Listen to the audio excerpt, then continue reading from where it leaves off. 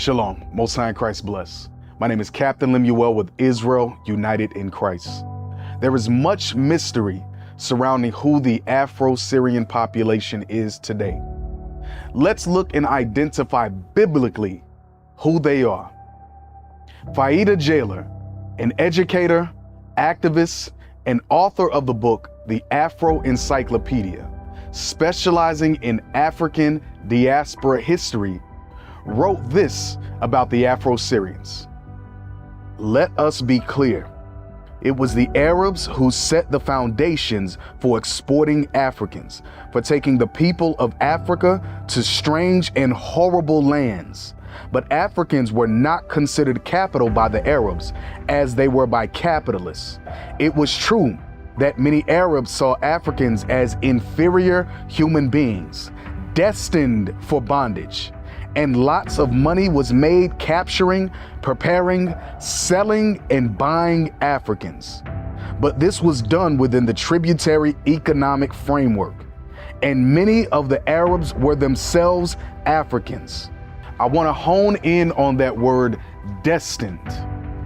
Not only was it destined, but it was prophesied in the Holy Bible that the children of Israel would go into bondage into another land. By what mode of transportation? By slave ships. Now, let's see if this history lines up with what's written in the Holy Bible. Deuteronomy chapter 28, verse 15. But it shall come to pass, if thou wilt not hearken unto the voice of the Lord thy God, to observe to do all his commandments and his statutes, which I command thee this day, that all these curses shall come upon thee and overtake thee. Verse 68. And the Lord shall bring thee into Egypt again with ships, by the way whereof I spake unto thee. Thou shalt see it no more again. And there ye shall be sold unto your enemies, for bondmen and bondwomen, and no man shall buy you. Now, let's go into the book, The Black Holocaust for Beginners by S.E. Anderson. We're going to start at page 34, and it reads, there are several populations of Afro-Syrians living in Dara, Golan Heights, Damascus, and various other cities within Syria. Bait al-Sudi, the largest and best known black clan of the region, which is centered in the small village of al-Sudi in the northern basin. Deuteronomy chapter 28, verse 64. And the Lord shall scatter thee among all people, from the one end of the earth even unto the other. And there thou shalt serve other gods, which neither thou nor thy fathers have known, even wood and stone. History proves what is written in the Holy Bible, that the children of Israel would be scattered amongst all nations. What would be the mode of transportation? Cargo, slave, ships, as written in Deuteronomy the 28th chapter and the 68th verse. History aligns with what we read in the holy prophecies. Deuteronomy chapter 4, verse 27. And the Lord shall scatter you among the nations, and ye shall be left few in number among the heathens, whither the Lord shall lead you. Now, let's go back into the book, The Black Holocaust for Beginners, and we're going to read page 41. Numbers. It's impossible to be certain, but according to our best estimates, at least 9.64 million African women and 4.75 million African men were sold in the Arab slave trade. Some 14 to 20 million African men and women and children were killed, either trying to resist capture, en route to be sold, waiting to board the slave ships, or caravans bound for the Muslim world, at the holding pens and dungeons, or in the process of being castrated for eunuch slavedom. Africans must be a powerful people to have survived all that. But this was just the beginning of the misery and the test of survival. Now, let's read about some of the experiences that the Afro-Syrians go through, some of the atrocities that plague the Afro-Syrians. Let's read the Wikipedia Afro-Syrians. Afro-Syrians are Syrian people of Black African heritage.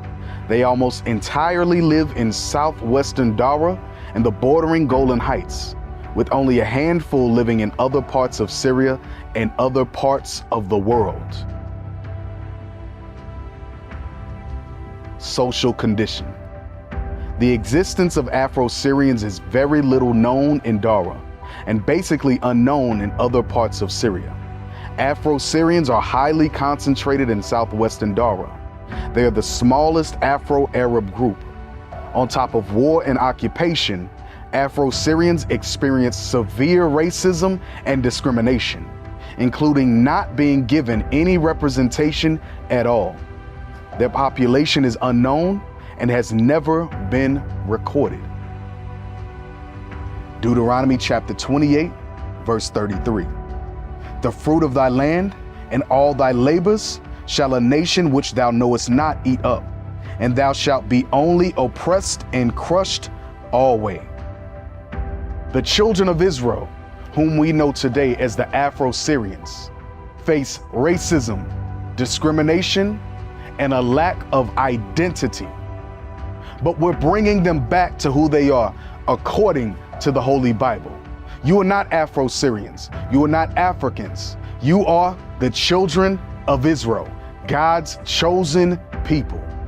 The reason why you're in the conditions that you're in is because we broke God's commandments.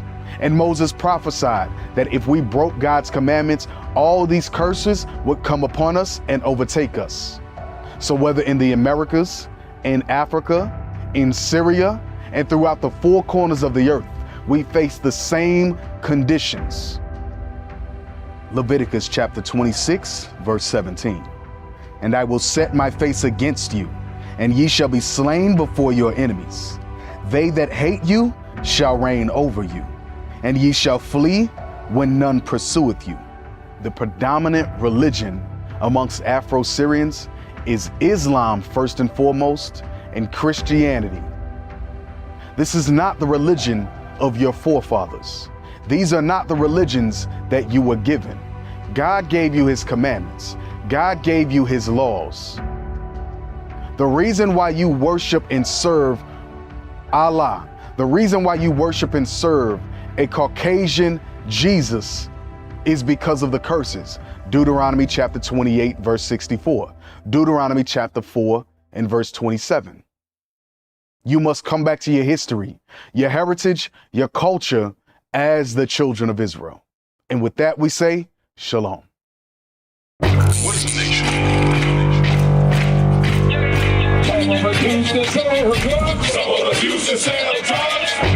Nation is men leading by example.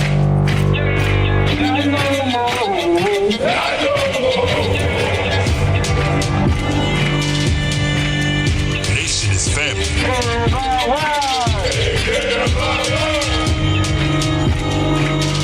Nation is community.